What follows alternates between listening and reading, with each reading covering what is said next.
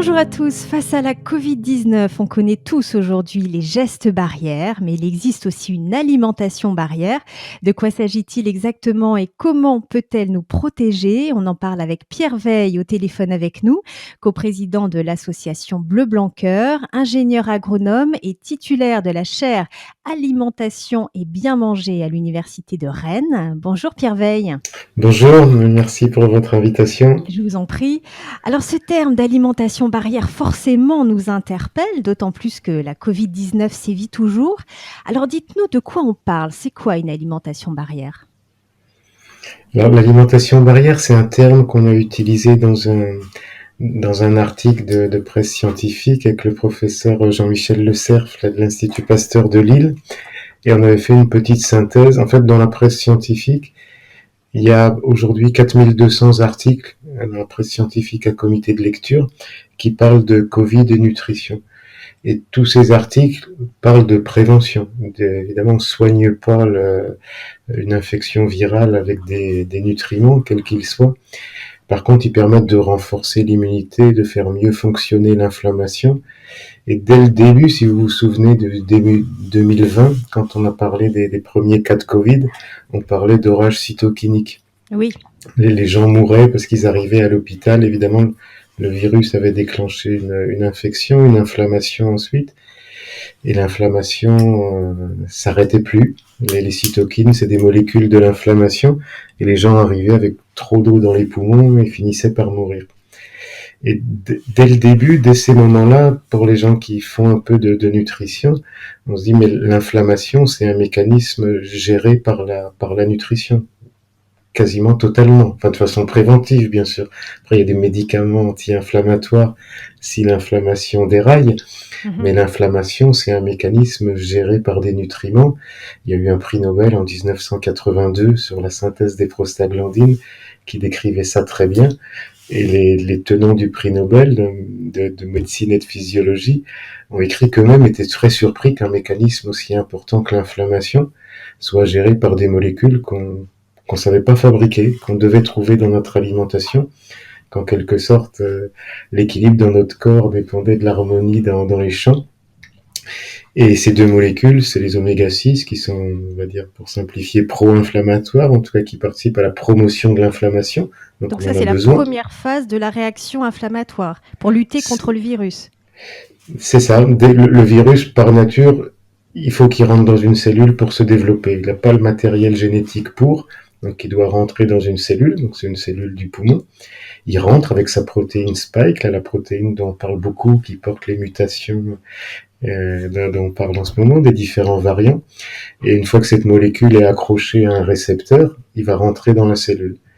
Dès qu'il rentre dans la cellule, il est reconnu. Il y a des récepteurs sur les membranes des cellules qui reconnaissent tiens, il y a un virus qui est rentré et qui déclenche cette phase de promotion de l'inflammation. Ça, c'est les oméga-6 qui sont stockés dans les membranes. C'est bien fait. Hein. Donc le virus est rentré, il a été détecté et boum, l'inflammation se met en marche. Ça, c'est un mécanisme normal. Et l'inflammation produit un certain nombre de molécules qui, si tout va bien, vont tuer le virus. D'accord. Et puis à un moment, l'inflammation doit s'arrêter. Et là, c'est d'autres nutriments qui sont stockés dans les membranes, qui sont eux des oméga-3. C'est eux qui vont participer à ce qu'on appelle la phase résolution de l'inflammation, donc ils vont arrêter l'inflammation. C'est un peu le frein et l'accélérateur dans notre corps. Alors là, on en parle à propos du Covid, mais ce mécanisme-là, géré par les oméga-6 et les oméga-3, quand il déraille, c'est le début de ce qu'on appelle des maladies inflammatoires à bas grade. Alors, c'est pas moi qui l'invente, hein. Vous lisez les apports nutritionnels conseillés pour la population française de l'ANSES. Il y a tout un chapitre qui parle des lipides et qui explique qu'il faut un rapport dans notre alimentation entre les oméga-6 et les oméga-3, qu'il faut les deux, la promotion de l'inflammation et la résolution de l'inflammation, et qu'on a suffisamment d'oméga-6, voire des fois peut-être un peu trop, en tout cas dans certains pays beaucoup trop, mais que des oméga-3, on n'en a pas assez. On couvre à peine la moitié, plutôt le tiers de nos besoins. Donc on a une situation pro-inflammatoire, et cette situation pro-inflammatoire est à la genèse de beaucoup de maladies. Ces maladies inflammatoires à bas grade, c'est le syndrome métabolique, le diabète, l'obésité, Mmh. les maladies cardiovasculaires, certains types de cancers, de maladies psychiatriques ou neurodégénératives, etc. Donc c'est beaucoup ce qu'on appelle ces maladies de civilisation Oui. et sont liées, comme le disaient les prix Nobel de 82, finalement, à un déséquilibre dans nos corps, qui est un déséquilibre qui commence dans nos champs. Juste un petit mot pour revenir à l'orage cytokinique. Est-ce que je fais un mauvais raccourci en vous disant qu'il vaut mieux avoir une bonne réserve en oméga 3 pour éviter cette surinflammation liée au système immunitaire qui s'emballe? Non, non, c'est pas du tout un mauvais raccourci, c'est exactement ça. C'est-à-dire qu'il faut des oméga 6 et il faut des oméga 3. Alors les gens qui écrivent là-dessus, il y a beaucoup, beaucoup d'articles là-dessus, disent qu'il faut un rapport qui est entre 4 ou 5 oméga 6 pour un oméga 3 au niveau des membranes, au niveau de l'alimentation, forcément, puisqu'on ne sait Donc pas les on a les fabriquer. preuves scientifiques suffisantes aujourd'hui pour dire que l'alimentation barrière limite les complications de la Covid-19. Alors, ça dépend ce que vous appelez preuve scientifique. Si la preuve scientifique, c'est une étude clinique randomisée, non, Oui, on les a pas encore. Il y en a eu une d'accord. en Iran qui a été publiée. Effectivement, ils ont fait des supplémentations en oméga 3. Mais vous savez, c'est de la nutrition. Et si vous m'autorisez à prendre un peu de recul, Bien ce qu'on sûr. appelle aujourd'hui la santé globale ou la santé unique, ça a pris ses racines à la fin du 19e siècle, en 1860.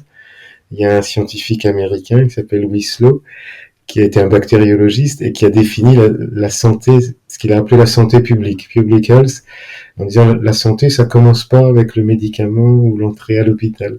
La santé publique, c'est le lien de la santé du corps à son environnement.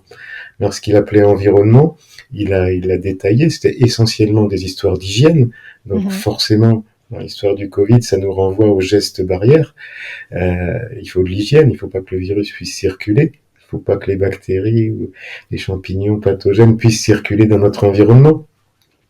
Ça, c'est la première étape. Il a continué en disant il faut aussi un accès aux soins, il faut aussi une activité physique. Et puis au fil du temps, ce concept de santé publique qui est devenu santé globale, c'est un peu étendu. Et puis on a parlé après l'hygiène, après l'accès aux soins, après l'activité physique, on a parlé, mais assez récemment finalement, ça fait quelques décennies, qu'on parle de la nutrition comme d'un outil de prévention. Souvent en France, quand on dit prévention, on pense dépistage. Dans la tête des gens, on a tous des préceptes comme ça de nos grands-mères qui disaient on creuse sa tombe avec ses dents, on sait tous que notre Mhm. alimentation, nos excès d'un côté, nos équilibres de l'autre vont participer à une bonne ou une mauvaise santé. On le sait empiriquement, mais empiriquement parce qu'il y a quelques millénaires d'histoire où on s'est construit là-dessus. Bien Et sûr. alors scientifiquement, puisque c'est votre question, oui, on le sait parce qu'il y a je veux dire, rien que sur Covid et nutrition, Mhm. j'ai regardé ce matin, il y a 4200 articles dans la presse scientifique, c'est beaucoup. Oui, Alors, effectivement. Donc, on peut considérer l'alimentation barrière comme un outil supplémentaire et complémentaire à tous les gestes barrières qu'on connaît par cœur, la distanciation physique, le port du masque, le lavage des mains, la vaccination, bien sûr. Donc, on parlait des oméga 3. Il y a aussi tous les autres nutriments qui font l'alimentation barrière. On les trouve où concrètement? là, on peut les lister rapidement parce qu'on a Oui, beaucoup parlé au moment du Covid de la vitamine D. oui, Là, il y a aussi beaucoup de bibliographie, beaucoup. Et il y a quelques essais qui sont assez convaincants, qui sont intéressants d'ailleurs, parce qu'ils montrent bien la différence entre une étude de nutrition et une étude de médicaments. Quand des gens arrivent à l'hôpital avec le Covid et qu'on leur donne de la vitamine D, il y a des effets qui sont un peu discutables, mais globalement, ça marche pas très bien. Quand par contre ces gens ont une cure, parce que c'est des personnes âgées, carencées en vitamine D ou déficitaires en vitamine D, qu'ils ont une cure pendant 6 mois ou un an avant et qu'ils arrivent à l'hôpital, ceux-là survivent beaucoup plus. Donc c'est toute la différence entre un nutriment et un médicament. j'allais vous demander la vitamine D, donc elle a un rôle aussi dans le contrôle de l'inflammation. Alors, pas dans le contrôle enfin, modeste dans le contrôle de l'inflammation, mais surtout dans le fonctionnement de l'immunité. Vous D'accord, savez, là j'ai parlé de l'inflammation quand le virus arrive dans la cellule, oui. mais avant qu'il arrive dans la cellule et après, il y a tous ces mécanismes de l'immunité innée. On a beaucoup parlé de l'immunité acquise avec les vaccins, mais l'immunité innée existe.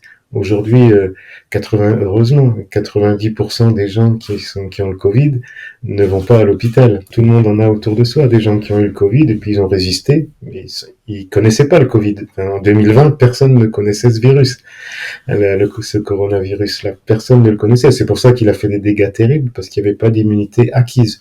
Une fois qu'on a été en contact avec ce virus, on a développé des cellules particulières qui savent le reconnaître et qui vont booster une immunité très forte. Quand on est vacciné aussi, bien sûr. Donc là, ça va aller beaucoup plus vite, mais c'est grosso modo ce qu'on appelle l'immunité innée. C'est-à-dire quand on n'a jamais rencontré un virus ou un pathogène, on se défend quand même. Et puis D'accord. l'immunité acquise, quand on l'a rencontré une fois, on va se défendre beaucoup plus fort. C'est pas des centaines ou des milliers de fois plus fort. Mais Mais pour l'immunité innée existe, c'est toujours les mêmes mécanismes où il y a un agresseur, il faut l'attaquer, il faut le bombarder. Pour ça, il faut de l'énergie, il faut des synthèses, il faut des enzymes, il faut des nutriments, il faut des cofacteurs, etc. Donc on peut le lister. Il y a les oméga 3, il y a la vitamine D, il y a le zinc, il y a des antioxydants, il y a des polyphénols, etc. Le microbiote joue un rôle. Enfin, c'est très très compliqué tous ces mécanismes de l'immunité et de l'inflammation. Mais il y a beaucoup de nutriments qui jouent un rôle, et ces nutriments, on les trouve dans nos assiettes. Ça dépend de la façon dont les aliments ont été produits aussi. C'est un peu le rôle de Bleu Blanquer, ce qu'on défend depuis maintenant plus de 20 ans. Oui, alors justement, on peut dire quelques mots sur l'association Bleu Blanc Cœur que vous avez créée et qui répond là encore à un vrai concept de santé globale. Expliquez-nous votre idée de départ et ce vers quoi vous avez abouti aujourd'hui. Alors, on va s'éloigner du Covid. Oui, juste quelques Si, je- mots. oui, quelques mots pour dire, en fait, moi je suis agronome, vous l'avez dit, et dans les années 90, j'ai mis en place des filières de production de graines de lupin, de févrole, de pois, de lin, pour remplacer le soja en nutrition, le soja d'importation en nutrition animale. Bon. Et puis on s'est aperçu assez vite qu'il y avait des effets intéressants en matière de santé des vaches, très loin de la nutrition humaine à ce moment-là. Et nous on s'est dit mais c'est bizarre, parce que peut-être que quand on a passé les vaches de l'herbe qui est riche en oméga 3 au maïs qui est riche en oméga 6, peut-être qu'on a un peu déséquilibré on continue à Mhm. manger du beurre et du fromage, mais si les vaches sont plus nourries tout à fait comme avant, peut-être qu'on a déséquilibré nos corps en déséquilibrant l'alimentation des vaches. C'est vrai aussi pour les poules, les cochons, etc. Et donc, on a mis en place une étude clinique en 1999. Je vous ai passé quelques étapes pour voir ce qui pouvait se passer chez l'homme si les animaux étaient nourris différemment, presque comme avant. Les lipides animaux, c'est les graisses animales, c'est encore aujourd'hui les trois quarts des graisses qu'on consomme. Ça vient du fromage, ça vient du beurre, ça vient des œufs, ça vient des viandes, des charcuteries. Et la qualité des graisses animales dépend d'une chose, une seule, de ce que mangent les animaux.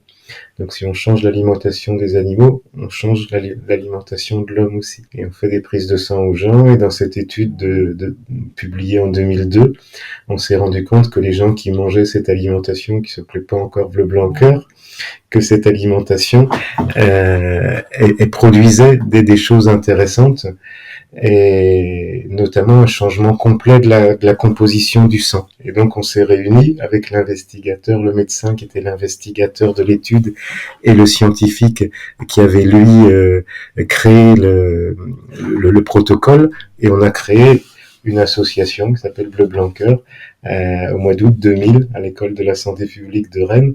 Et en fait, notre mission, c'est de faire en sorte que, alors si je reboucle avec ces histoires d'alimentation barrière et de Covid, Oui. j'ai parlé d'oméga 3 et j'ai parlé de vitamine D. Les oméga 3 et la vitamine D, c'est des produits à 80% ou 90% animaux, qui viennent avec les animaux. C'est des nutriments importants pour la prévention, pour l'immunité. La vitamine D, la vitamine D3, on va dire, elle est synthétisée sous la peau à partir du cholestérol avec du soleil. Donc et les oméga 3, ils sont fabriqués ou on va dire concentrés par l'animal quand il mange de l'herbe ou de la graine de lin. Donc vous pouvez imaginer une vache qui va dehors, qui fabrique de la vitamine D parce qu'elle voit du soleil et qui mange de l'herbe. Elle n'aura pas exactement la même composition du lait et qui participera pas de la même façon à la résistance aux infections, quelles qu'elles Mmh. soient, qu'une vache qui mange du maïs et qui sort jamais. Je caricature un peu, mais notre mission c'était ça, c'est de dire, c'est vrai aussi pour les végétaux, parce qu'on a parlé de polyphénol tout à l'heure. Tous les végétaux sont pas produits de la même façon, tous les sols ne sont pas nourris de la même façon, et notre mission c'était de mesurer la teneur en oméga 3 du lait, de mesurer la teneur en vitamine D d'un œuf, de mesurer la teneur en polyphénol d'une plante pour savoir si elle avait été bien nourrie et si à son tour elle allait bien nourrir l'homme. Ça, c'est ce qu'on appelle la santé globale. C'est-à-dire, je m'occupe d'abord, c'est mon histoire, hein, je m'occupe d'abord de la santé des sols, et puis après de la santé des plantes, ensuite de la santé des animaux, et à la fin, ça arrive à la santé de l'homme. Ouais, c'est C'est ça. joli comme une belle histoire, sauf que c'est mesuré à chaque fois. Il y a des études, on en a publié Ouais. 380. Et donc l'idée, c'est vraiment aussi d'aller, vers une alimentation plus qualitative, en introduisant davantage certains nutriments ou certains acides gras comme les oméga 3. Oui, les oméga 3, c'est une excellente preuve de concept. On l'a vu quand on a parlé du Covid, il y a une foule de nutriments qui interviennent. Si on veut se défendre efficacement, avoir une immunité, une inflammation qui fonctionne bien, il y a beaucoup de nutriments. Et on a parlé des polyphénols, du zinc, du fer, des oméga 3, de la vitamine D. Il y en a beaucoup. Mmh. Il faut une alimentation dense. Pour qu'il y ait une alimentation dense dans nos assiettes, il faut qu'il y ait une alimentation dense dans les auges des animaux, il faut qu'il y ait une alimentation dense et variée dans les sols. En gros, ce qu'on combat, c'est un système de monoculture où on a une espèce de simplification des systèmes de culture et d'élevage qui fait on a des carences. Ben forcément, qu'est-ce qui fait la richesse d'une alimentation? C'est sa diversité. Vous savez, le slogan du PNNS, la manger varié et équilibré. Oui. Nous, on doit manger varié, nos sols aussi, nos animaux aussi. Et alors si on mange enfin si on croit manger de façon équilibrée, est-ce qu'on peut se dire que notre alimentation est en quelque sorte une alimentation barrière ou est-ce que ça reste un peu plus compliqué que ça? Non, si on mange de façon variée et équilibrée, et si les sols et les animaux et les plantes qui nous nourrissent sont eux aussi nourris de façon variée et équilibrée, oui, là on participe à une alimentation barrière. Et la mission de Bleu Blanc Cœur, c'est de le mesurer. Sinon, c'est du marketing. Bien sûr. C'est joli de dire si la vache est bien nourrie, l'homme se porte mieux. Sauf que la vache qui rumine bien, on va mesurer les acides gras de son lait. On va mesurer l'impact que ça a et ça se voit. Dans l'œuf, on sait qu'une poule qui est bien nourrie, elle va nous fournir beaucoup de DHA, qui est un acide gras oméga 3 particulier. Elle va en avoir 3 fois plus si elle mange du lin, si elle mange quelques pourcentages de graines de lin dans une alimentation variée que si elle mange uniquement du maïs et du soja. C'est une mesure. À chaque étape, on mesure. Et donc, oui, on est en bonne santé si on mange varié et équilibré, à condition que les plantes et les animaux aient aussi été nourris de façon variée et équilibrée. Aujourd'hui, tout ça se mesure. On fait 5000 analyses par an des produits bleu blanc cœur pour montrer qu'un œuf bleu blanc cœur, c'est pas un œuf standard. Puis il y a quelque chose qui est clé dans tout ça, je vais juste m'exprimer là-dessus, c'est l'accessibilité. Oui. Parce que qui est-ce qui est le plus exposé aux maladies de civilisation? Qui est-ce qui, dans cette crise du Covid, a été le plus souffert, souffrance en termes de maladies et de décès? C'est pas les gens les plus riches et les plus conscientisés, c'est les gens les plus pauvres qui sont les plus exposés. C'est les plus âgés, parce qu'il y a de l'immunosénescence. Il faut améliorer ça, et on peut pas l'améliorer en triplant le prix de l'alimentation. Donc on a depuis le début commencé une gouvernance collective d'associations avec des médecins, des scientifiques, mais aussi des paysans, des chefs, des représentants des consommateurs, des associations, etc. On a vraiment essayé de dire il faut pas faire de l'élitisme, il faut une alimentation de qualité, mais Et ça sert à accessible. rien d'avoir une alimentation de qualité, de densité nutritionnelle, si elle n'est pas accessible aux Mmh. gens qui en ont besoin. Et alors pour reconnaître les produits bleu blanc cœur, dans les rayons, on cherche le logo bleu blanc cœur avec la petite fleur bleue, c'est ça? Et là, on est sûr de manger des aliments plus riches en oméga 3? Absolument. Oui, oui, ça a été l'idée de départ. On vous remercie de nous donner la parole. C'est pas souvent, mais oui, il faut que les gens puissent se reconnaître. Il faut qu'il y ait un repère. Oui, Aujourd'hui, les communautés bleu-blanc-cœur, c'est 25 000 personnes. Il y a 16 000 consommateurs que nous on appelle des mangeurs parce que, enfin, bref, tu consommes ton téléphone portable, mais tu manges tes aliments, tu les oui. ingères et te constituent. Il y a 3000 médecins et professionnels de la santé, il y a 3000 paysans dans nos communautés, il y a 500 chefs et métiers de bouche. Mmh. Et tous ces gens-là participent à la diffusion du message et tout le monde se retrouve autour du logo. Tous ces gens-là élisent des gens au conseil d'administration qui valident les cahiers des charges. Le delta entre une qualité, il faut de la qualité, mais il faut une accessibilité prix aussi. Bien sûr. Et c'est tout ça qui fait Bleu Blanc Cœur. Et tout le monde se retrouve autour de ce logo. Et quand il y a le logo, il y a eu des analyses, il y a des différences analytiques. À qui vous conseilleriez une alimentation barrière? Aux personnes fragiles, à celles qui sont le plus vulnérables face à la Covid-19 ou bien à tout le monde finalement?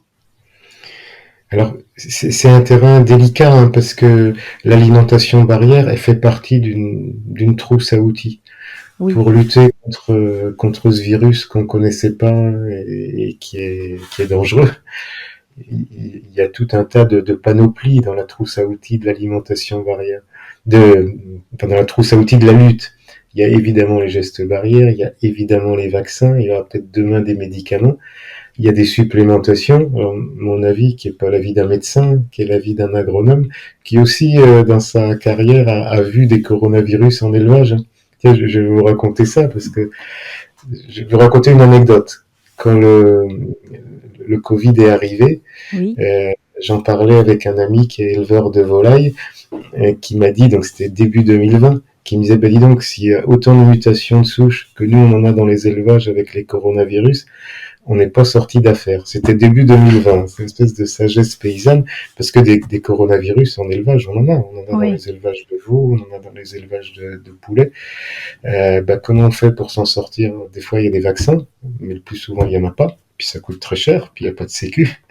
Qu'est-ce qu'ils font les gens? Ils font des gestes barrières, c'est-à-dire qu'ils ils font de l'hygiène, ils font des vides sanitaires, ils curent, Oui, ils on nettoient, retrouve. et puis ils changent l'alimentation des animaux. Ils mettent ce qu'il faut pour que l'immunité soit boostée, etc.